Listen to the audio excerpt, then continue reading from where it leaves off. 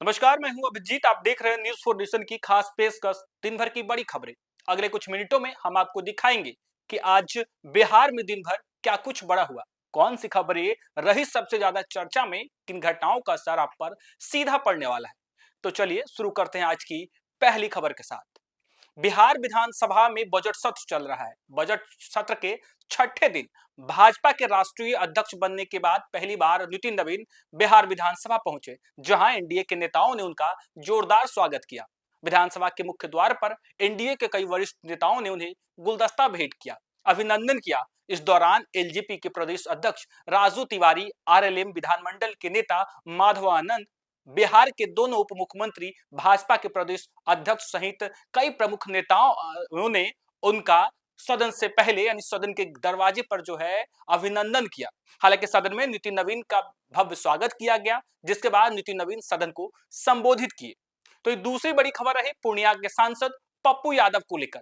पप्पू यादव को भले ही अदालत से जमानत मिल गई है, लेकिन फिलहाल उनकी जेल से रिहाई नहीं हो पाएगी।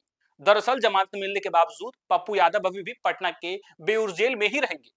पुलिस ने उन्हें दो नए मामलों में, एक कोतवाली में प्रोडक्शन और दूसरा बुद्धा कॉलोनी मामले में रिमांड पर लिया है। सूत्रों के मुताबिक ये दोनों मामले पहले से दर्ज है, जिनमें उनसे पूछताछ के लिए पुलिस रिमांड की अनुमति मांगी है।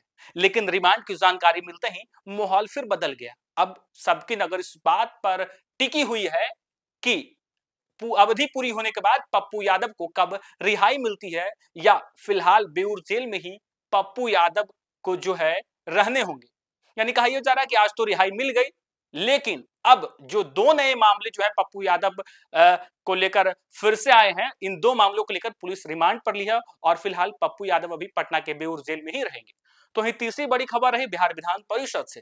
बिहार विधान परिषद में बजट सत्र के छठे दिन सदन में जबरदस्त हंगामा देखने को मिला।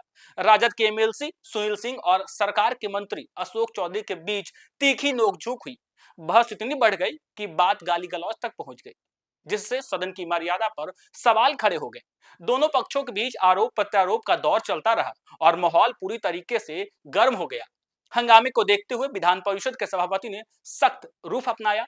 सभापति ने सुनील सिंह के व्यवहार को असंसदीय बताते हुए उनके खिलाफ कड़ा एक्शन लिया और उन्हें सदन से बाहर जाने का निर्देश दे दिया। चौथी खबर, बड़ी खबर है बॉलीवुड को लेकर। मशहूर कॉमेडियन और फिल्म कलाकार राजपाल यादव एक बार फिर चर्चा में हैं। खबरों के मुताबिक राजपाल यादव ने आरजेडी नेता तेज प्रताप यादव से मदद की गुहार लगाई थी। आपको बता दें, धोखाधड़ी मामले में राजपाल यादव तिहाड़ जेल में बंद है। उन्होंने बॉलीवुड और तमाम लोगों से मदद मांगी थी और मदद के लिए बॉलीवुड की बात करें तो बॉलीवुड से सोनू सूद आए, राजनीतिक गलियारे से लालू प्रसाद यादव के बड़े बेटे बिहार के पूर्व मंत्री तेज प्रताप यादव आगे हैं और तेज प्रताप यादव ने 11 लाख रुपए देने का ऐलान किया।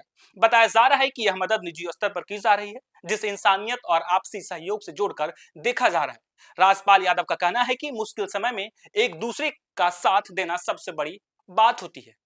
उनके इस कदम को लोग दिल से सराह रहे हैं और सोशल मीडिया पर उनकी जमकर तारीफ हो रही है। राजनीति और फिल्म जगत के बीच इस तरह की मदद ने एक बार फिर साबित कर दिया कि इंसानियत हर रिश्ते से ऊपर होती है। अब सभी की नजर इस बात पर टिकी है कि अब इस मामले में क्या कुछ नया मोड़ आता है। पांचवी बड़ी खबर है विधान परिषद से ही।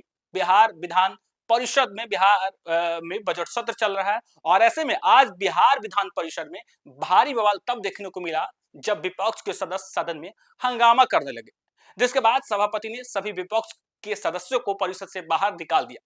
सभापति ने कहा कि प्रश्नकाल को बाधित नहीं किया जा सकता है और सदन की कार्यवाही में व्यवधान न डाला जाए, लेकिन इसके बावजूद विपक्ष के सदस्यों ने बेल तक पहुंचकर नारेबाजी की और हंगामा करते रहे। स्थिति बिगड़ती देख सभापति ने कड़ी कार्रवाई करते हुए विपक्ष के सदस्यों को पूरे दिन के लिए सदन से बाहर रहने का आदेश दे दिया।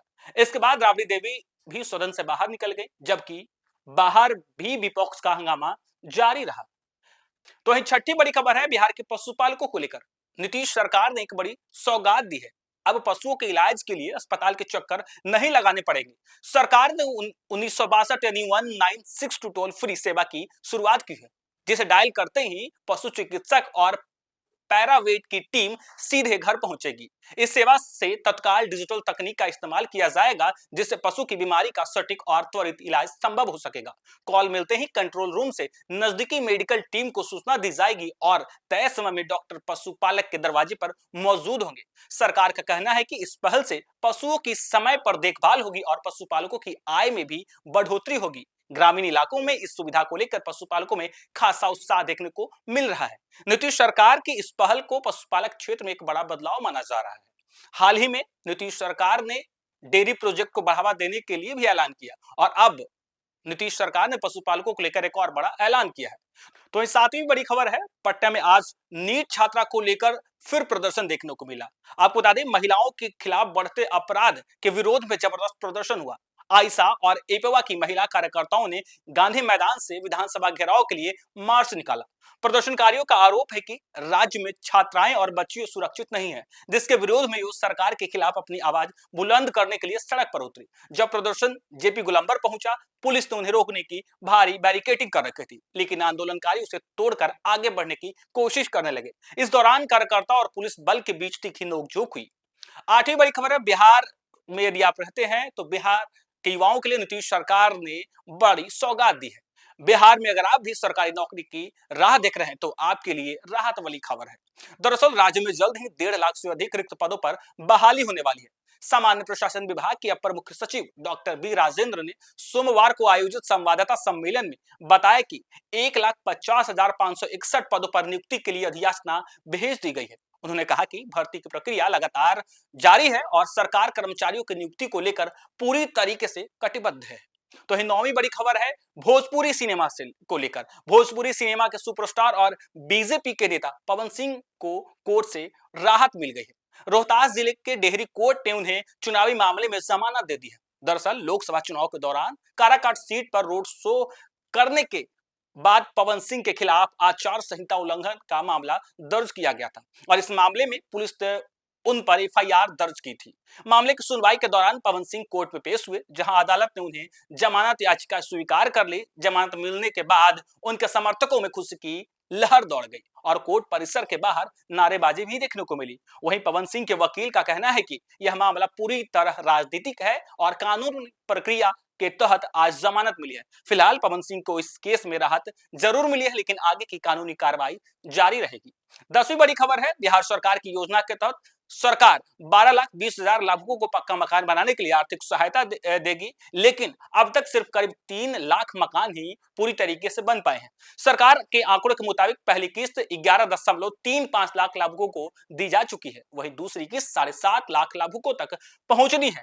तीसरी किस्त का भुगतान अब तक 3,30,000 लाभुकों को दिया गया है। इस योजना का मकसद गरीब परिवार को अस्थायी आवास उपलब्ध कराना है, लेकिन निर्माण की धीमी गति के कारण और किस्त विवरण में असमानता ने कई लाभुकों को चिंता बढ़ा दी है। सरकार ने राहत दी है कि सभी बकाया भुगतान जल्द पूरा किया जाएगा, ताकि सभी लाभुक अपना मकान समय पर बना सके। तो फिलहाल के लिए इतना ही। आप देखते रहिए न्यूज़4 नेशन।